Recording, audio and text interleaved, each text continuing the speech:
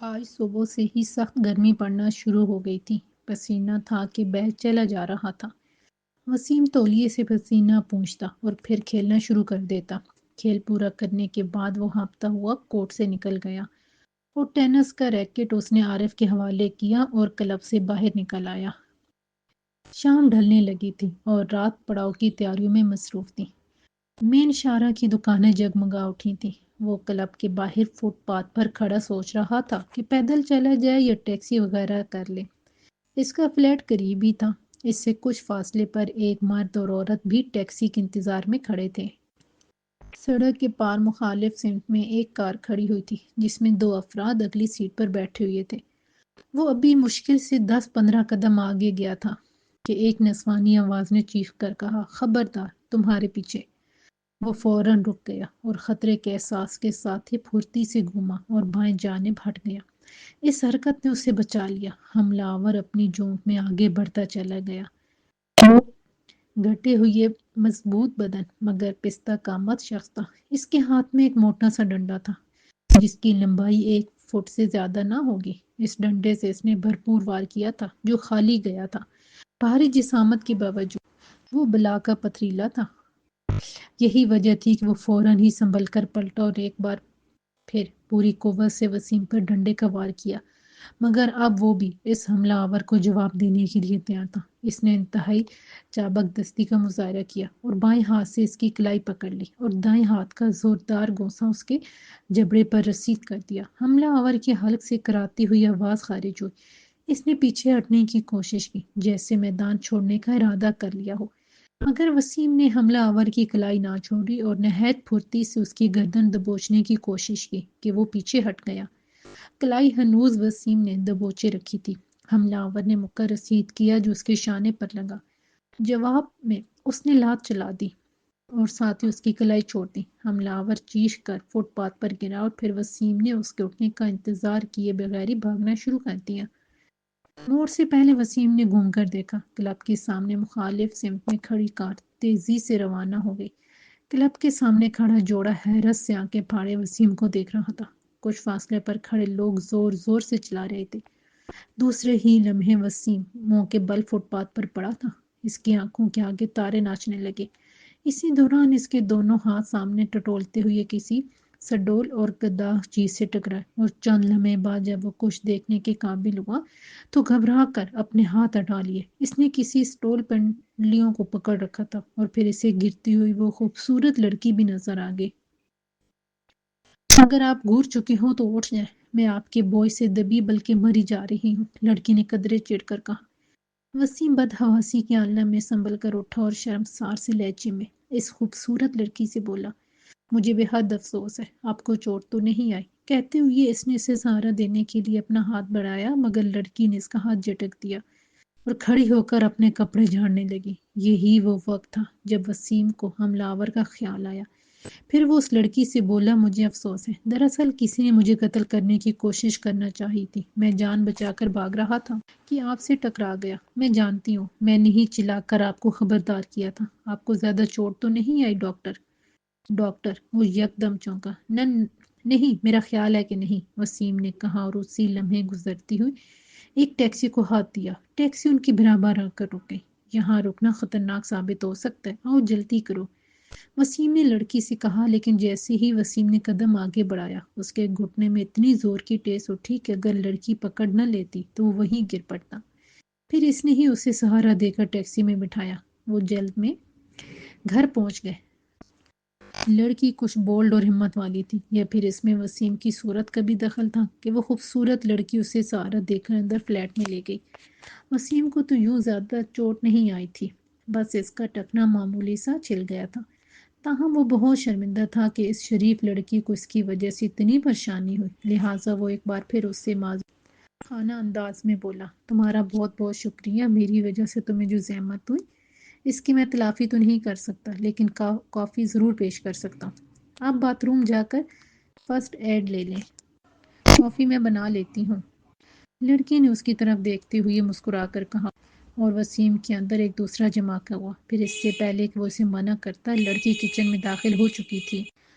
وسیم کے ٹخنے اور شانے پر معمولی سی خراشیں آئی تھیں۔ اس نے ان خراشوں کی اینٹی سیپٹک سولوشن سے صفائی کی اور ٹینچر آیوڈین لگایا، منہ دھو کر لباس اور بال درست کیے، اور پھر جب کمرے میں واپس آیا تو وہ پیالی میں کافی اڈیل رہی تھی۔ اس نے بھی اپنا حلیہ درست کر لیا تھا۔ وہ بلا کی خوبصورت تھی، سیاہ گھنے بال، غزالی آنکھیں، دلکش قد و خال اور متناسب جسم، گویا ہر لحاظ سے وہ دل فریب تھی۔ تم نے مجھے ڈاکٹر کہہ کر کیوں مخاطب کیا تھا؟ وسیم نے اس کے برابر بیٹھتے ہوئے پوچھا۔ مجھے پہچاننے میں غلطی ہو گئی تھی، میں سمجھی آپ ڈاکٹر ہیں، ڈاکٹر نصیر شاہ۔ لڑکی نے جواب دیا۔ اوہ، وہ تو بڑے نامور سائنسدان ہیں، وسیم نے کہا، لیکن ان سے کبھی ملنے کا اتفاق نہیں ہوا۔ آپ ان سے بہت مشابہ ہیں، وہی قد، وہی شکل، وہی صورت اور وہی جسم، بالوں میں تھوڑا فرق ضرور ہے، ورنہ آپ ہو بہو ڈاکٹر نصیر شاہ ہیں۔ لڑکی نے دل نشیں مسکراہٹ کے ساتھ کہا، ویسے آپ اپنا تعارف نہیں کرائیں گے؟ کیوں نہیں، میرا نام وسیم ہے، پہلے میرین میں تھا۔ وہ ملازمت چھوڑ چکا ہوں اور آج کل ایک پرائیویٹ فرم میں ملازمت کرتا ہوں۔ کافی کا شکریہ، لڑکی نے مسکراتے ہوئے کہا اور کھڑی ہو گئی۔ وسیم کو اچنبھا ہوا کہ لڑکی نے ابھی تک اپنا نام کیوں نہیں بتایا۔ اخلاقاً اسے اپنے بھی تعارف کرانا چاہیے تھا۔ ابھی وہ اس سے کچھ کہنا ہی چاہتا تھا کہ لڑکی دوبارہ مسکرا کر بولی، امید ہے دوبارہ ملاقات ہوگی، لیکن کیسے؟ میں تو تمہارا نام بھی نہیں جانتا۔ بالآخر وسیم کو پوچھنے کا بہانہ مل گیا، مگر میں آپ کا نام اور پتہ دونوں ہی جانتی ہوں، اللہ حافظ، لڑکی نے ایک شوخ سی مسکراہٹ سے کہا اور باہر نکل گئی۔ اس خوبصورت لڑکی کی شوخ سی مسکراہٹ دیر تک اس کے دل میں گدگدیاں کرتی رہی۔ وسیم کو بڑی عجیب لگی تھی، خوبصورت، شوخ اور بے باک، لیکن پھر اسے خیال آیا کہ آخر اس پر حملہ کیوں کیا گیا اور حملہ آور کون تھا؟ لڑکی نے کہا تھا کہ اس کی شکل ڈاکٹر نصیر شاہ سے ملتی ہے، یقیناً انہوں نے اسے ڈاکٹر نصیر سمجھ کر ہی حملہ کیا تھا، لیکن کیوں؟ کیا وہ نصیر شاہ کو اغوا کرنا چاہتے تھے؟ وسیم کے پاس اس کا کوئی جواب نہیں تھا، لہٰذا وہ اب اپنے کام کے بارے میں سوچنے لگا۔ اس شہر میں وسیم کا ایک پرانا دوست اور کلاس فیلو افتخار کافی عرصے سے کیمپ پذیر تھا۔ یہاں اس نے کنسٹرکشن کا ٹھیکہ لے رکھا تھا۔ کام اور بڑا تو اس نے اصرار کر کے وسیم کو بھی بلا لیا۔ وہ دونوں شمائل کنسٹرکشن کمپنی کے پارٹنر تھے۔ بزنس افتخار دیکھتا تھا، انجینئرنگ سائڈ وسیم کی ذمہ داری تھی۔ افتخار نے کالیہ نامی لڑکی سے شادی کر رکھی تھی جو پہلے اس کی سیکرٹری تھی۔ وہ گھریلو قسم کی عورت تھی اور افتخار جیسے شخص کے لیے بہترین رفیق حیات ثابت ہوئی تھی۔ ان کا دفتر غازی اسٹریٹ پر واقع تھا۔ وسیم دوسری صبح دفتر پہنچا تو افتخار کسی کام کے سلسلے میں باہر جا چکا تھا۔ اس کی عدم موجودگی میں حسب معمول عالیہ نے اس کی میز سنبھال رکھی تھی۔ انہیں پہاڑ گنج کے اس علاقے میں ایک نیا کام ملا تھا، اس لیے سبھی مصروف تھے۔ افتخار اور وسیم ایک ہی کمرے میں بیٹھتے تھے۔ عالیہ نے مسکرا کر ان کا خیر مقدم کیا اور ایک فائل وسیم کی طرف بڑھاتے ہوئے یہ کہا، افتخار نے کہا ہے کہ تم اسٹرکچر کی ڈیزائن آج ہی مکمل کر لینا، کل وزارت داخلہ کو پیش کرنا ہے۔ اور ہاں، کسی جمیل صاحب کا فون آیا تھا، انہوں نے ٹھیک 11 بجے تمہیں بلایا ہے، یہ رہا ان کا پتہ۔ لیکن میں تو کسی جمیل کو نہیں جانتا، انہوں نے کچھ اور بتایا تھا؟ نہیں، بس یہی کہا تھا کہ کل رات والے معاملے سے متعلق بہت ضروری بات کرنی ہے، ملاقات کے لیے بڑی تاکید کی تھی، عالیہ نے بتایا۔ وسیم تجسس سے مجبور ہو کر ٹھیک 11 بجے جمیل کے بتائے ہوئے پتے پر پہنچ گیا۔ دوسری منزل پر اس کا شاندار دفتر تھا۔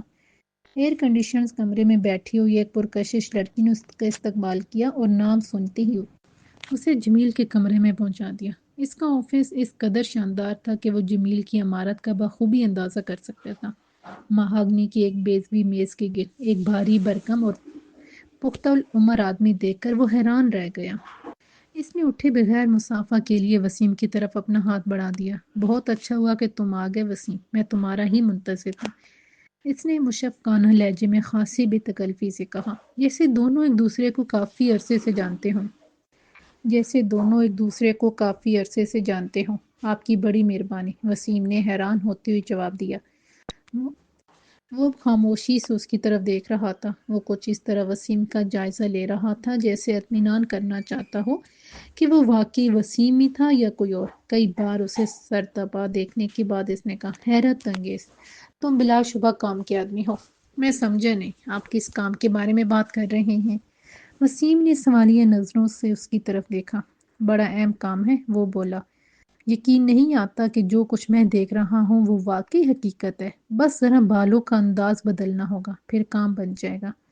وہ جیسے حیرت کے سمندر میں غوطہ تھا۔ دیکھیے جناب، میرا بھی یہاں چھوٹا سا کاروبار ہے اور میں بہت مصروف آدمی ہوں، وسیم نے بالآخر چلا کر کہا۔ آپ کو مجھ سے جو کام ہے وہ آپ بغیر وقت ضائع کیے مجھے بتا دیں تو بہتر ہوگا، ورنہ میں اپنی راہ لیتا ہوں۔ اس کی بات سن کر جمیل نے ایک میں ہنگم سا کہکا لگایا۔ وسیم کو اب کوفت کے ساتھ غصہ بھی آنے لگا اور اسے اپنے فضول کے تجسس پر افسوس بھی ہوا، جس سے مجبور ہو کر وہ یہاں اپنا وقت ضائع کرنے چل آیا تھا۔ معافی چاہتا ہوں، دراصل میں تمہیں دیکھ کر اتنا حیرت زدہ ہو گیا تھا کہ یہ بد اخلاقی ہوگی، لیکن کام اس قدر اہم ہے کہ تم اندازہ نہیں کر سکتے۔ وسیم کے لیے جمیل کی شخصیت اسرار بھری اور حیرت انگیز ثابت ہو رہی تھی۔ وہ بتا رہے تھے حکومت کو اپنے ایٹمی منصوبے کے لیے سائنسدانوں اور ماہر حساب دانوں کی سخت ضرورت تھی، اور اس مقصد کے لیے دوست ممالک کے بہت سے سائنسدانوں کی خدمات حاصل کر رکھی تھی۔ اسی سلسلے میں ایک دوست ملک کے پروفیسر ارشد زیبی بھی ایٹمی مرکز میں کام کر رہے تھے۔ وہ عالمی شہرت کے حساب داں اور سائنسدان تھے۔ ان کو یہاں کام کرتے ہوئے بمشکل 1 سال کا عرصہ گزرا تھا۔ وہ بڑے گوش نشین تھے اور کم گو انسان تھے۔ یہاں کام کے دوران ان کے واحد دوست ڈاکٹر نسیم شاہی تھے۔ یہ بھی ایک دوست ملک سے تعلق رکھنے والے ایک ماہر ریاضی تھے۔ گزشتہ چند برس سے ایٹمی ریسرچ کے مرکز میں کمپیوٹر کے انچارج تھے۔ پروفیسر ارشد زیبی ان کو بہت پسند کرتے تھے، مگر پھر اچانک پروفیسر زیبی کا انتقال ہو گیا۔ دنیا میں جانتی تھی کہ ان کی موت ہارٹ اٹیک کے باعث ہوئی تھی، لیکن در حقیقت انہیں قتل کیا گیا تھا۔ قاتل نے ان کے کمرے کی اچھی طرح تلاشی لی تھی۔ اسے کسی چیز کی تلاش تھی، یہ کسی کو نہیں معلوم ہو سکا۔ یقیناً کوئی اہم دستاویز یا سائنسی فارمولہ درکار ہوگا، لیکن اس کے متعلق کچھ نہیں معلوم ہو سکا، اور نہ ہی اب تک ان کے قاتل کا کوئی سراغ لگ سکا ہے۔ پروفیسر زیبی کو زہر دے کر ہلاک کیا گیا تھا۔ اس کے بعد اچانک ڈاکٹر نصیر شاہ کو ایک گمنام خط ملا، جس میں انہیں ایک بہت بھاری رقم کے عوض کسی نامعلوم ملک میں کام کرنے کی پیشکش کی گئی تھی۔ پھر انہیں ایک گمنام فون ملا، اگر انہوں نے انکار کیا تو انجام کے لیے تیار رہیں۔ اس دھمکی سے یہ اندازہ ہوا کہ قاتل کو پروفیسر زیبی کے کمرے سے مطلوبہ دستاویز نہیں ملی، اور اس کے خیال میں ڈاکٹر نصیر شاہ اس راز سے واقف ہیں۔ بلا شبہ پروفیسر ارشد زیبی کو ڈاکٹر نصیر پر بڑا اعتماد تھا اور وہ ان کے واحد دوست تھے، لیکن ڈاکٹر نصیر کا کہنا تھا کہ پروفیسر نے انہیں کوئی خفیہ معلومات یا دستاویز نہیں دی اور ہمیں ان کی بات پر اعتماد نہ کرنے کا کوئی جواز نہیں۔ اس کے بعد کل شام ڈاکٹر نصیر کو اغوا کرنے کی کوشش کی گئی۔ یہ محض ایک خوش قسمت اتفاق تھا کہ وہ تمہیں ڈاکٹر نصیر شاہ سمجھ بیٹھے۔ بلا شبہ زبردست اور سنسنی خیز داستان ہے، وسیم نے مسکراتے ہوئے کہا، لیکن آپ نے صرف یہ سنانے کے لیے مجھے نہیں بلایا ہوگا۔ اب آپ مجھ سے کیا چاہتے ہیں؟ تمہاری صاف گوئی مجھے پسند آئی، تم یوں بھی اپنی جرات مندی کا ثبوت دے چکے ہو۔ انہوں نے سنجیدگی کے ساتھ کہا اور پھر اپنی بڑی بڑی آنکھوں سے گھورتے ہوئے آہستہ سے بولے، میں اختصار سے کام لوں گا۔ میں چاہتا ہوں کہ تم نصیر شاہ بن جاؤ۔ انجانے دشمنوں کو نصیر شاہ بن کر جواب دو کہ تمہیں ان کی پیشکش منظور ہے۔ اس کے بعد ان کے ساتھ مل جاؤ تاکہ یہ معلوم کر سکو کہ وہ کون ہیں اور کیا چاہتے ہیں۔ ان کے نام، پتے اور ٹھکانے معلوم کر کے مجھے مطلع کرنا تمہاری ذمہ داری ہوگی۔ خود ڈاکٹر نصیر شاہ یہ کام کیوں نہیں انجام دے سکے؟ وسیم نے پوچھا۔ اسی لیے کہ وہ بہت قیمتی ہیں اور ہم ان کو ہاتھ سے کھو دینے کا خطرہ مول نہیں لے سکتے۔ لیکن اگر آپ کو ڈاکٹر نصیر شاہ کی جان بہت عزیز ہے تو مجھے اپنی جان کچھ کم پیاری نہیں ہے، وسیم نے اس بار طنزیہ لہجہ اختیار کرتے ہوئے کہا۔ جبکہ میرا چھوٹا سا کاروبار ہے اور ایک بہت اچھا دوست بھی ہے۔ جانتا ہوں، جمیل نے بات کاٹ کر کہا۔ افتخار اور اس کی بیوی عالیہ اس دوران کام چلا سکتے ہیں۔ وہ مسکرا کر اسرار بھرے لہجے میں بولا، تمہارے بارے میں مجھے ساری معلومات ہے۔ اچھی بات ہے، اگر میں انکار کروں تو شاید آپ مجھے حب الوطنی اور فرض شناسی کا واسطہ دیں گے۔ نہیں، میں نے تمہارے مزاج کو خوب سمجھ لیا ہے۔ میں جانتا ہوں کہ تم غور کرنے کے بعد جو فیصلہ کرو گے وہ درست ہوگا، لیکن مہربانی کر کے دیر نہ کرنا، میں تمہارا انتظار کروں گا۔ آپ نے مجھے ابھی سے متاثر کر لیا ہے جناب، وسیم نے بھی معنی خیز مسکراہٹ سے کہا۔ کیا میں پوچھ سکتا ہوں کہ وہ لڑکی کون تھی جس نے کل رات میری مدد کی تھی؟ وہ مسکرا کر رہ گیا مگر جواب نہیں دیا۔ جانے سے پہلے ایک سوال پوچھنا چاہتا ہوں، امید ہے برا نہیں مانیں گے؟ ہاں کہو۔ آپ ہیں کون اور کس حیثیت سے مجھ میں بات کر رہے ہیں؟ وسیم کے اس سوال کا جمیل جواب نہ دے سکا، البتہ اس نے اپنی میز کی دراز سے ایک فائل نکال کر سامنے رکھ دی۔ فائل پر بنے ہوئے مخصوص مونوگرام کے نیچے سیکرٹ سروس چھپا ہوا تھا۔ تم یہ فائل پڑھ کر اپنا اطمینان کر سکتے ہو، میں اٹامک سیکورٹی کا ڈائریکٹر ہوں۔ نام تم جانتے ہو، کام اتنا خفیہ ہے کہ اس بزنس آفس کی آڑ میں بیٹھ کر رہا ہوں۔ اب تم ان چند افراد میں سے ایک ہو جن کو میری اس حقیقت کا علم ہے۔ شکریہ جناب، آپ نے مجھ پر اعتماد کیا ہے تو اسے ٹھیس نہ پہنچے گی۔ اسی لمحے وہ کافر ادا مسکراتی ہوئی اندر داخل ہوئی۔ دن میں اس کا مسحور کن حسن مزید نکھرا ہوا نظر آ رہا تھا۔ آؤ ان سے ملو، یہ وسیم ہے اور یہ یاسمین ہے۔ امید ہے تم غور کرنے میں زیادہ دیر نہیں لگاؤ گے، جمیل نے کہا۔ وسیم ایک لمحہ سوچتا رہا، پھر مسکرا کر جواب دیا، میں نے غور کر لیا ہے، آپ کی پیشکش مجھے منظور ہے۔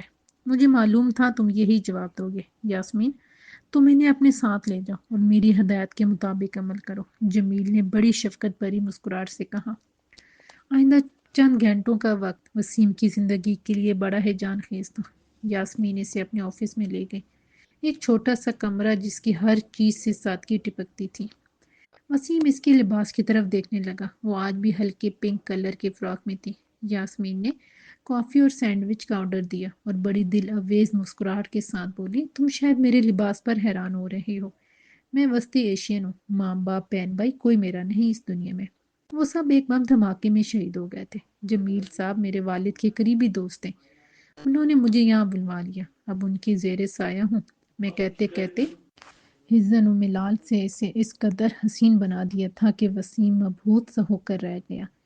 وہ چند لمحے خاموش رہی، پھر کافی بنا کر وسیم کے سامنے رکھتے ہوئے یہ بولی، تعارف ہو گیا، اب کام کی بات سنو۔ اس نے بتایا کہ وسیم کو چند روز کے لیے ڈاکٹر نصیر شاہ کے ساتھ رہنا ہوگا تاکہ ان کے بارے میں سب جان لے، ان کا رہن سہن، انداز گفتگو، مخصوص عادتیں، چلنے کا انداز تحریر، غرض کہ ہر بات کا اچھی طرح سے مطالعہ کر لے، کیونکہ اسے ڈاکٹر نصیر شاہ بن کر اپنا کردار ادا کرنا تھا۔ معمولی سا فرق بھی کسی کو شک میں مبتلا کر سکتا تھا۔ وہ بولتی رہی اور وسیم اسے پرستش کے انداز میں دیکھتے رہا۔ وسیم کو پہلی بار احساس ہوا کہ یہ لڑکی جو مشین کی طرح بولے چلی جا رہی تھی اندر سے بڑی دکھی تھی۔ اس کی بے تکلفی تھی یا اس کا سیر خیز حسن جس نے اس کا دل مول لیا تھا جب پہلی بار اس نے اسے دیکھا تھا؟ وہ چپ ہو گئی تو وسیم اپنی میویت سے چونکا۔ اس نے پوچھا، وہ میرا مطلب ہے ڈاکٹر نسیم شاہ شادی شدہ ہیں؟ وسیم کے اس اچانک سوال پر یاسمین کھلکھلا کر ہنس پڑی۔ نہیں، وہ شادی شدہ نہیں ہے، لیکن اپنے متعلق کیا خیال ہے؟ میں تو ابھی تک شادی کا سوچا بھی نہیں۔ کس سے، محبت وغیرہ؟ ہاں محبت تو ہے، اتنی کہ بس دیوانہ نہیں ہوا میں۔ دیکھیں میں آپ کی ذاتی معاملات میں دخل نہیں دینا چاہتی، مگر یہ معاملہ اتنا ہے میں کہ تم بلا تکلف مداخلت کر سکتی ہو، کوئی حرج نہیں۔ ویسے بھی وہ لڑکی اتنے قابل اعتماد ہے کہ میں اس پر اندھا اعتماد کرتا ہوں، اور خوبصورت اتنی ہے کہ میں بیان نہیں کر سکتا۔ میں اس سے شادی کرنے والا ہوں بشرطے کہ وہ مان جائے۔ اس کا نام بتا سکتے ہیں آپ؟ یاسمین نے گنہری پلکیں اٹھا کر سوالیہ نگاہوں سے اس کی طرف دیکھا۔ ہاں کیوں نہیں، بڑا پیارا سا نام ہے اس کا، یاسمین۔ اس کے رخسار گلنار ہو گئے۔ پینسل رکھ کر اس نے بظاہر غصے میں گورا، آپ مذاق اچھا کر لیتے ہیں۔ نہیں یاسمین، میں زندگی میں پہلے کبھی اتنا سنجیدہ نہیں ہوا، کیا تم میری بات پر یقین کرو گی؟ اس نے کوئی جواب نہیں دیا، نگاہیں جھکی رہی تھیں اس کی۔ وہ اسی لمحے میں بولا، میں صرف حقیقت کا اظہار کرنا چاہتا ہوں، لہٰذا اب تم جو بھی ضروری باتیں کرنا چاہتی ہو وہ کر لو، مگر میری اس بات کو بھی یاد رکھنا اور جب مناسب سمجھو جواب دے دینا۔ وہ وسیم کو بتا رہی تھی کہ اس نے کیا کرنا ہے۔ اس سے فارغ ہو کر وسیم نے دفتر فون کیا تو معلوم ہوا کہ افتخار اور عالیہ لنچ کے لیے گھر جا چکے ہیں۔ جانے سے پہلے وسیم نے اس سے وعدہ لے لیا کہ وہ شام کو افتخار اور عالیہ سے ملنے اس کے ساتھ چلے گی۔ افتخار اور عالیہ اسی بلڈنگ کے ایک فلیٹ میں رہتے تھے جس میں ان کا دفتر واقع تھا۔ وسیم جب یاسمین کو لے کر پہنچا تو عالیہ ان کی منتظر تھی۔ انہوں نے یاسمین کو ہاتھوں ہاتھ لیا۔ باتوں میں خاصی دیر ہو گئی۔ یاسمین نے اجازت چاہی تو افتخار نے آنکھیں نکالی۔ کیا مطلب؟ میں نے اتنی محنت کی، عالیہ نے ڈنر تیار کیا اور تم جانے کی بات کر رہی ہو؟ نہ بابا، میں پکا بزنس مین ہوں، گھاٹے کا سودا نہیں کروں گا۔ لیکن وسیم نے تو مجھے یہ وسیم ہمیشہ کا نالائق ہے، اس نے بات کاٹ کر کہا۔ تم کبھی اس پر اعتبار نہ کرنا۔ جی نہیں جناب، وسیم اتنا مخلص محبت کرنے والا اور ذہین ہے کہ اس پر اعتبار نہ کرنا نالائکی ہوگی، عالیہ نے کہا۔ اچھا تم لوگ باتیں کرو، میں کھانا لگاتی ہوں۔ کھانے کے بعد جب رخصت ہوئی تو یاسمین چپ چپ سی تھی۔ کچھ دیر کے بعد بولی، وسیم تمہارے دوست اور ان کی بیوی بڑے خوش قسمت ہیں، اور تم بھی، کیونکہ وہ تم سے بڑی محبت کرتے ہیں۔ عالیہ تو تم سے اس طرح پیار کرتے ہیں جیسے تمہاری ماں ہو۔ تم نے اچھا کیا جو انہیں سب کچھ بتا دیا۔ میں نے محسوس کیا ہے کہ عالیہ تمہارے لیے بڑی فکر مند ہے، اور تم، وسیم نے آہستہ سے کہا۔ میں بھی وسیم، کاش میں اس مہم میں تمہارا ساتھ دے سکتی۔ اس کی آواز بھر گئی اور وسیم نے چونک کر دیکھا تو اس کی آنکھوں میں آنسو جھلملا رہے تھے۔ تم فکر مت کرو یاسمین، انشاءاللہ سب ٹھیک ہو جائے گا۔ اس نے کوئی جواب نہیں دیا۔ وہ ٹہلتے ہوئے کلب روڈ کی طرف نکل آئے۔ یاسمین رک کر وسیم سے بولی، ڈاکٹر نسیم شاہ تمہارے منتظر ہوں گے۔ ان کے برابر والا کمرہ تمہارے لیے مخصوص کر دیا گیا ہے۔ وہ تمہیں سب سمجھا دیں گے، اور اس کلب کی ہر لمحہ نگرانی ہو رہی ہے۔ محتاط رہنا۔ اب تم جاؤ، اللہ حافظ۔ وہ وسیم کو گیٹ پر چھوڑ کر چلی گئی۔ وہ وہیں کھڑا اسے جاتے دیکھتا رہا جب تک وہ نظروں سے اوجھل نہ ہو گئی۔ ایک عجیب سے خمار کی کیفیت ذہن پر طاری تھی کہ ایسی مسرت کا احساس جس کو زبان عطا کرنا ممکن نہ تھا۔ اس نے اسی عالم میں بے خودی میں دروازے پر دستک دی۔ ڈاکٹر نصیر شاہ نے ہی دروازہ کھولا۔ وہ دونوں چند ثانیوں کے لیے دم بخود سے کھڑے ایک دوسرے کو دیکھتے رہے۔ یوں لگتا تھا جیسے آئینے کے سامنے کھڑے ہو۔ اندر آ جاؤ ڈاکٹر نصیر شاہ۔ نصیر شاہ نے مسکراتے ہوئے وسیم کی طرف دیکھ کر کہا۔ میں یقین نہیں آتا، لیکن جمیل نے ٹھیک ہی کہا تھا، بس ذرا بالوں کی تراش ٹھیک کر دی جائے تو پھر کوئی نہیں پہچان سکتا کہ نصیر شاہ تم ہو یا میں۔ حیرت انگیز مشابہت ہے، اور پھر اس طرح تمہارا مل جانا بھی کم حیرت انگیز نہیں۔ آؤ اطمینان سے بیٹھ جاؤ، ہمیں ابھی بہت ساری باتیں کرنا ہے۔ وہ بولتے رہے اور وسیم ایک صوفے پر بیٹھا سنتا رہا۔ وسیم کو معلوم تھا کہ برابر والا کمرہ اس کے لیے مخصوص تھا۔ دونوں کے درمیان ایک دروازہ تھا۔ دونوں کسی کی نظروں میں آئے بغیر ایک دوسرے کے کمرے میں آ جا سکتے تھے۔ حیرت انگیز انکشافات کا سلسلہ جاری رہا۔ ڈاکٹر کا لباس، جوتا، جیکٹ اور ہر چیز اسے فٹ آ رہی تھی، جیسے وسیم کے لیے ہی بنائی گئی ہو۔ کافی کے بعد دونوں نے وسیم کو سائنسی معلومات کے بارے میں بتانا شروع کیا۔ وسیم سائنس گریجویٹ تھا، لیکن بہت ساری باتیں اس کے لیے عجیب اور نئی تھیں۔ بعض ناقابل فہم، لیکن ہر چیز کے بارے میں معلوم ہونا ضروری تھا، اسی لیے وہ پوری توجہ سے سن رہا تھا۔ ڈاکٹر نصیر شاہ عمر میں وسیم سے 2-4 سال بڑے تھے، لیکن مشابہت اس فرق کو بآسانی چھپا لیتی تھی۔ وسیم نے میز پر رکھے ہوئے پیکٹ سے سگریٹ نکالا تو ڈاکٹر نے فوراً جیب سے لائٹر نکال کر جلایا۔ وسیم لائٹر کو غور سے دیکھنے لگا۔ یہ لائٹر تم رکھ لو، یہ پروفیسر زیبی کا دیا ہوا یادگار تحفہ ہے، اور میرے پاس ان کی واحد نشانی ہے۔ سب جانتے ہیں کہ میں ہمیشہ یہی لائٹر استعمال کرتا ہوں، اور آئندہ سگریٹ بھی تمہیں اسی برانڈ کی پینا ہوگی۔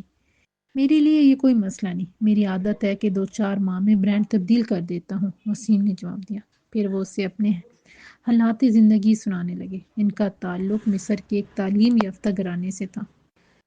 باپ یونیورسٹی میں کیمسٹری کے پروفیسر تھے۔ انہوں نے جرمنی میں ریاضی اور ایٹمی توانائی کی مضامین میں ڈاکٹریٹ کیا تھا، اور وہ وسیم کو اپنی زندگی کی تفصیلات بتاتے رہے۔ پھر گھڑی دیکھ کر بولے، آج کے لیے اتنا کافی ہے، کل ہم دوسرے پہلوؤں پر بات کریں گے۔ صبح درزی آ کر تمہارا ناپ لے جائے گا، بار بار تمہارے بال درست کر دے گا، اور دیگر تیاریاں بھی مکمل ہو جائیں گی۔ اتنا کہہ کر وہ ایک لمحہ خاموش رہنے کے بعد بولے، ویسے میں خود بھی نہیں چاہتا تھا کہ میری خاطر تم اپنی جان کا خطرہ مول لو۔ جو بھی ہو، مجھے خود ہی حالات کا مقابلہ کرنا چاہیے، لیکن جمیل کی ضد کے آگے مجبور ہوں۔ میں چاہتا ہوں کہ تم اس بات کو بخوبی ذہن نشین کر لو۔ شکریہ ڈاکٹر، وسیم نے جواب دیا، لیکن آپ ذہن سے یہ بوجھ ہٹا دیں۔ میں نے یہ خطرہ کسی مجبوری یا لالچ میں نہیں، بلکہ اپنی مرضی سے قبول کیا۔ ویسے آپ سے ایک بات پوچھنا چاہتا ہوں، کیا پروفیسر زیبی نے کبھی اپنے کام کے بارے میں آپ کو کچھ بتایا؟ کوئی ایسی چیز جو ان کے راز پر روشنی ڈال سکے؟ ذرا برابر نہیں، ڈاکٹر نصیر شاہ نے فوراً اپنا سر نفی میں ہلاتے ہوئے کہا۔ اگر انہوں نے اشارتاً بھی کچھ بتایا ہوتا تو ہم سب کو اتنی الجھن کا سامنا نہیں کرنا پڑتا، اور شاید پروفیسر زیبی بھی آج زندہ ہوتا۔ دوسرے دن وسیم مکمل طور پر ڈاکٹر نصیر شاہ بن چکا تھا۔ وہی لباس، وہی بال، اور یہاں تک کہ پرس بھی انہی کا اس کی جیب میں پہنچ چکا تھا۔ اور جب حلیہ تبدیل کرنے والے مطمئن ہو کر چلے گئے تو ڈاکٹر نے فون کر کے جمیل کو خوشخبری سنائی۔ فیصلے کے مطابق ان کو کلب کے ملازمین کا لباس پہنا کر عقبی دروازے سے خفیہ طور پر غائب کر دیا گیا اور وسیم ان کے کمرے میں منتقل ہو گیا۔ جانے سے پہلے انہوں نے بڑی محبت سے وسیم کو گلے لگایا اور سنجیدہ لہجے میں کہا، میں ہمیشہ تمہارا ممنون رہوں گا وسیم، تم میری خاطر اپنی جان خطرے میں ڈال رہے ہو۔ شام میں وسیم کو یاسمین کے ساتھ سندت باد ہوٹل میں ڈنر کے لیے جانا تھا جو کلب کے قریب ہی واقع تھا۔ وہ جانتا تھا کہ آئندہ کے لیے اسے نئی ہدایت اسی سے ملیں گی۔ وہ ٹھیک 6:30 بجے پہنچ گیا۔ یاسمین لاؤنج میں اس کی منتظر تھی، لیکن اس سے پہلے کہ وہ اس کے پاس پہنچنا ایک ادھیڑ عمر شخص اسے ٹکراتے بچا۔ او پلیز ڈاکٹر، تم اندھوں کی طرح کدھر چلے جا رہے ہو؟ اس نے زبردستی وسیم کا ہاتھ پکڑ کر مصافحہ کرتے ہوئے کہا، کیا خیال ہے پھر ایک کپ کافی ہو جائے؟ میں ڈنر بھی ساتھ کرتا، مگر اس وقت میں کسی اور کی دعوت قبول کر چکا ہوں۔ اس نے مسکرا کر جواب دیا، شکریہ، اتفاق سے میں بھی کسی کا مہمان ہوں، وہ سامنے میرا انتظار کر رہی ہے۔ کہتے ہوئے وسیم نے یاسمین کی طرف اشارہ کیا اور معنی خیز انداز میں مسکراتا ہوا چلا گیا۔ اس نے دل ہی دل میں اللہ کا شکر ادا کیا کہ وہ پہلے امتحان میں کامیاب ہو گیا تھا۔ وہ جیسے ہی یاسمین کے قریب پہنچا تو وہ بھی مسکرا کر بولی، تم نے پہلا مرحلہ کامیابی سے سر کیا۔ ایک لمحے کو تو میں بھی بھول گیا تھا کہ میں کون ہوں، لیکن پھر فوراً یاد آ گیا، ویسے کون تھا منوس جو اس طرح مجھ سے چمٹ گیا تھا؟ ارے تم ڈاکٹر سورت جیسے مشہور آدمی کو نہیں جانتے؟ اوہ، لیکن تم یہ بھول جاتی ہو کہ میں ایک سیدھا سادہ انجینئر ہوں، سائنسدان نہیں۔ شش، آہستہ سے بولو، اب تم ڈاکٹر نصیر شاہ ہو، ایک مشہور سائنسدان۔ یاسمین نے آہستہ سے اسے ٹوکا، اور آئندہ ڈاکٹر نصیر شاہی کی طرح سوچا کرو، لیکن ایسی صورت میں بڑی مشکل ہو جائے گی۔ میں تم سے شادی کی درخواست کیسے کروں گا؟ یاسمین کے رخسار تم تما اٹھے، لیکن پھر فوراً ہی سنجیدہ ہو کر بولی، ڈاکٹر نصیر شاہ، ایسی باتیں تمہاری عادت کے خلاف ہیں، آئندہ احتیاط کرنا، خدا غارت کرے سارے چکر کو۔ کیا مجھے تم سے بھی اسی انداز میں بولنا ہوگا؟ وسیم نے ضد چو کر کہا، ہاں، جب تک تم اس کا کردار ادا کر رہے ہو۔ یاسمین نے لطف لیتے ہوئے کہا اور پھر ڈنر کا آرڈر دے کر وسیم کو بتانے لگی، صبح تم اپنے بنگلے میں منتقل ہو جاؤ گے جو شہر سے باہر ایک خوبصورت جگہ پر واقع ہے۔ تم ایک ہفتے کے لیے کلب میں آرام کرنے کے لیے مقیم تھے، جبکہ ڈاکٹر نصیر شاہ کو کسی اور جگہ روانہ کر دیا گیا ہے۔ کہاں؟ یہ مجھے بھی نہیں معلوم، لیکن تم دونوں کا یہاں رہنا مناسب نہیں تھا۔ ویسے ڈاکٹر شاہ ان دنوں رخصت کے ایام اپنے بنگلے میں گزار رہی ہیں۔ جب وہ دونوں کھانے سے فارغ ہو گئے تو اس نے پرس سے ایک موٹا سا لفافہ نکال کر وسیم کی طرف بڑھایا، یہ کیا ہے؟ پہلا محبت نامہ۔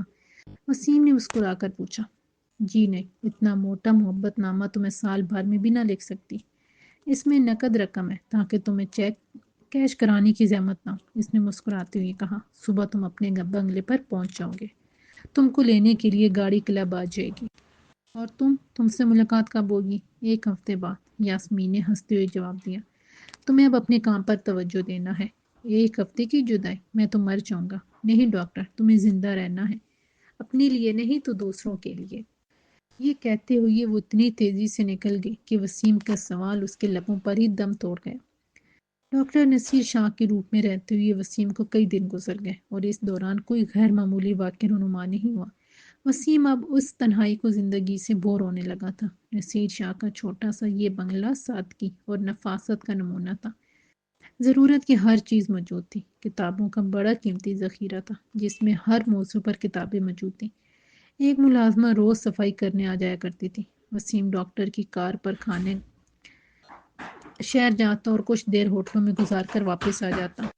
ڈاکٹر نصیر شاہ کی زندگی بڑی تنہا تھی کیونکہ اس دوران کسی کا فون نہ آیا اور نہ ہی کوئی پیغام۔ وسیم زیادہ تر وقت لائبریری میں گزارتا یا پھر چھوٹے سے باغیچے میں۔ یاسمین سے ملنے کی خواہش اضطراب کی شکل اختیار کرتی جا رہی تھی۔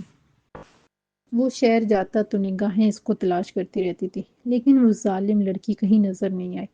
ابھی اس کے آنے میں کئی دن باقی تھے۔ پھر ایک دن اچانک فون کی گھنٹی بجی تو وہ اچھل پڑا۔ چند لمحوں تک ریسیور کو دیکھتا رہا۔ گھنٹی جب مسلسل بجنے لگی تو آہستہ سے اس نے ریسیور اٹھا کر کہا، نصیر شاہ اسپیکنگ۔ ہیلو ڈاکٹر، ایک بھاری آواز دوسری جانب سے ابھری تھی، تم نے کیا فیصلہ کیا؟ وسیم ایک لمحہ خاموش رہا، پھر آہستہ سے کہا، میں تیار ہوں، لیکن میری چند شرائط ہوں گی۔ کیا شرائط ہے؟ فوراً سوال کیا گیا۔ فون پر نہیں، زبانی بات کروں گا۔ ٹھیک ہے، ہم جلد تم سے رابطہ کریں گے۔ اور اس سے پہلے کہ وہ کچھ اور بولتا سلسلہ منقطع کر دیا گیا۔ دوسرے دن بڑا صبر آزما تھا کیونکہ یاسمین آنے والی تھی۔ وسیم کی بے قراری کا یہ عالم تھا کہ بار بار وہ باہر نکل کر دیکھتا۔ ان گنت سگریٹیں پھونک کر ڈالی تھیں۔ کبھی غصہ آتا، کبھی اسے اپنی حماقت پر ہنسی آ جاتی۔ ان کی ملاقات اتنی مختصر تھی اور وہ اس قدر فریفتہ ہو چکا تھا جسے کب سے اسے جانتا ہوں۔ اظہار محبت کی منزل گزر چکی تھی، لیکن ضروری تو نہیں کہ وہ بھی اسے چاہتی ہو۔ اسی تڑپ کے عالم میں ایک ٹیکسی بنگلے کے سامنے رکی۔ وہ بے اختیار باہر نکلا۔ یاسمین آ گئی تھی۔ وہ ٹیکسی سے اتر کر اس کی سمت بڑھ رہی تھی۔ اس کا دل چاہا کہ دوڑ کر اسے بازو میں بھر لے، لیکن مجبوری مانے تھی۔ وہ اس وقت وسیم نہیں ڈاکٹر نصیر تھا، اور اسے معلوم تھا کہ قریب ہی کہیں جمیل کا آدمی موجود ہوگا جو بنگلے کی نگرانی پر مامور تھا۔ ہیلو ڈاکٹر، اس نے مسکراتے ہوئے کہا اور ڈرائنگ روم میں داخل ہو گئی۔ ڈاکٹر نہیں، مجھے مریض کو جس کے درد ماں تمہارے پاس ہے، وسیم نے ولہانہ انداز میں کہا۔ اس نے وسیم کو غصے بھری نگاہوں سے گورا اور پھر مسکرا دی۔ اب تک تو یہی سنا تھا کہ سائنسدان محبت سے بے نیاز ہوتے ہیں ڈاکٹر، اصلی ڈاکٹر ہوتے ہوں گے، میں تو نکلی ہوں۔ وسیم نے ہنستے ہوئے کہا، یاسمین کیا تم یقین کرو گی کہ میرا ہر لمحہ تمہاری یاد میں گزرا ہے؟ میں واقعی اتنی خوش قسمت ہوں وسیم؟ اس سے بھی کہیں زیادہ یاسمین، تم آزما کر دیکھو، وسیم نے جیسے دل کی عمیق گہرائیوں سے کہا۔ باتوں میں وقت ہوا کی طرح گزر گیا۔ شام ہونے لگی تھی۔ یاسمین نے کافی بنائی اور دونوں صورتحال پر غور کرنے لگے۔ وسیم نے اسے فون کے بارے میں بتایا۔ اوہ، تو اس کا مطلب ہے کہ سلسلہ شروع ہو گیا، اس نے ہونٹ سکیڑ کر کہا۔ لگتا تو مجھے بھی کچھ ایسا ہی ہے، وسیم نے کہا، لیکن اس کے بعد پھر کوئی جواب نہیں ملا۔ اسی لمحہ اطلاعی گھنٹی بجی۔ وسیم نے چونک کر یاسمین کو دیکھا۔ ٹھہرو میں دیکھتا ہوں، وہ اٹھتے ہوئے بولا۔ اسی وقت دروازہ کھلا اور ایک بھاری بھرکم شخص اندر داخل ہوا۔ اس نے قیمتی لباس پہنا ہوا تھا اور صورت و شکل سے بھلا آدمی دکھائی دیتا تھا۔ Good evening doctor, and hello miss Yasmin, اس نے بڑی متانت کے ساتھ کہا۔ گڈ ایوننگ، وسیم نے بھی انگریزی میں جواب دیا۔ میں آپ کو پہچانا نہیں، ہم نے ٹیلی فون پر بات کی تھی اور آپ نے ملاقات کی خواہش ظاہر کی تھی۔ اوہ، تو آپ ہیں وہ، وسیم نے چونک کر کہا۔ مجھے تو رک کر کہتے ہیں اور مسٹر تورک، وسیم نے بات کاٹ کر کہا، آپ کسی اور دن آ جائیں، اس وقت میں بہت مصروف ہوں۔ یہ تو میں بھی دیکھ رہا ہوں، وہ یاسمین کی طرف دیکھ کر مسکرایا، لیکن ابھی بات کرنا ضروری ہے۔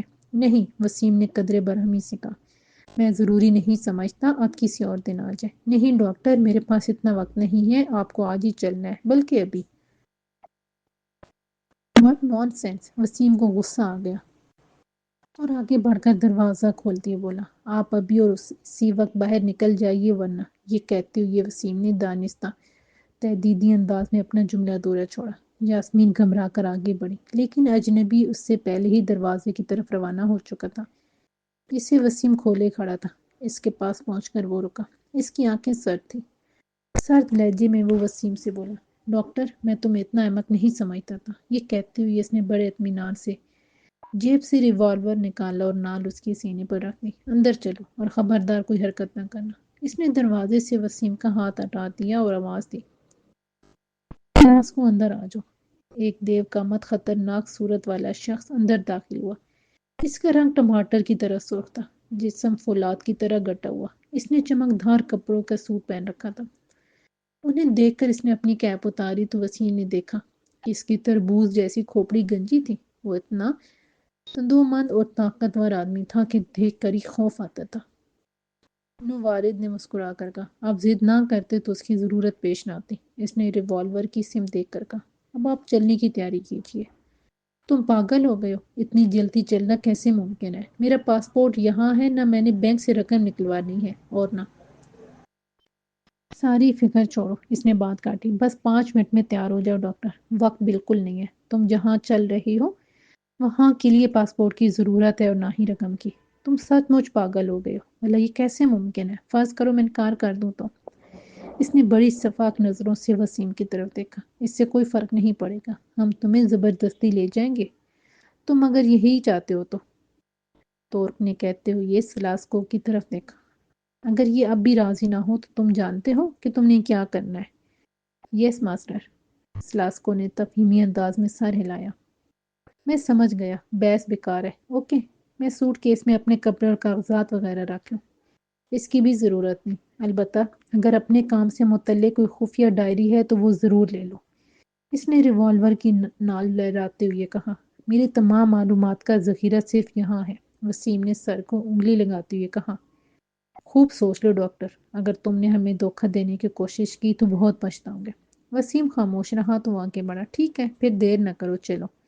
ٹھہرو، وسیم نے جیب سے کار کی چابی نکال کر یاسمین کی طرف بڑھائی اور اس سے بولا، تم واپسی میں میری کار لے کر چلی جانا یاسمین۔ تورک نے ہلکا سا کہکا لگایا۔ بڑے معصوم ہو ڈاکٹر۔ مس یاسمین اب کہیں نہیں جائیں گی، یہ بھی ہمارے ساتھ چل رہی ہیں۔ نہیں، وسیم غصے میں اس کی سمت پڑا۔ تورک نے ریوالور والا ہاتھ بلند کیا، لیکن یاسمین نے بجلی کی سی پھرتی سے اس کا بلند بازو پکڑ لیا۔ تورک نے ہاتھ چھڑانے کے لیے اسے دھکا دیا، لیکن یاسمین نے اس کا بازو نہیں چھوڑا۔ ایک لمحے کے لیے وسیم نے حیرت زدہ نظروں سے یہ منظر دیکھا، پھر غصے سے آگے بڑھا، لیکن وہ شاید اس بھاری بھرکم آدمی سلاسکو کو بھول گیا تھا، کیونکہ اسی وقت وسیم کی کن پٹی پر اتنے زور کا گھونسا لگا کر آنکھوں کے آگے تاریکی چھا گئی۔ وہ ایک دھماکے کے ساتھ فرش پر گرا اور کچھ دیر کے لیے ہر چیز سے بے خبر ہو گیا۔ جب حواس بحال ہوئے تو اس نے دیکھا کہ یاسمین بے بسی کے عالم میں کھڑی تھی اور اشک آلود نگاہوں سے اسے دیکھ رہی تھی۔ سلاسکو نے ایک ہاتھ پکڑ کر وسیم کو کھڑا کر دیا۔ غور سے سنو ڈاکٹر، تورک نے پھنکارتے ہوئے کہا، اگر تم کو مس یاسمین کی زندگی عزیز ہے تو اب کوئی ایسی ویسی حرکت کرنے کی کوشش مت کرنا۔ ہم یہاں مذاق کرنے نہیں آئے، ہماری ہدایت پر خاموشی سے عمل کرتے رہو۔ وسیم نے بھی یہ بات محسوس کر لی تھی کہ مزاحمت سے کوئی فائدہ نہ ہوگا، وہ اسے غزہ نہیں پہنچائیں گے کیونکہ اس کی انہیں ضرورت تھی، مگر یاسمین کو بلا تعمل جانی نقصان سے دوچار کر سکتے تھے۔ اگلے چند سیکنڈ بعد تورک اور سلاسکو ان دونوں کو لے کر باہر نکل رہے تھے۔ ہر سمت سناٹے کا راج تھا۔ یہ بنگلہ ایسی جگہ واقع تھا کہ اس طرف آمد و رفت نہ ہونے کے برابر تھی۔ تاریکی پھیل چکی تھی، اس لیے انہیں کار میں سوار ہوتے ہوئے کسی نے نہیں دیکھا تھا۔ کار نے جیسے ہی ایک قریبی پہاڑی بستی سے نکلنے والے دریا کا پل پار کیا تو وسیم بری طرح چونک پڑا۔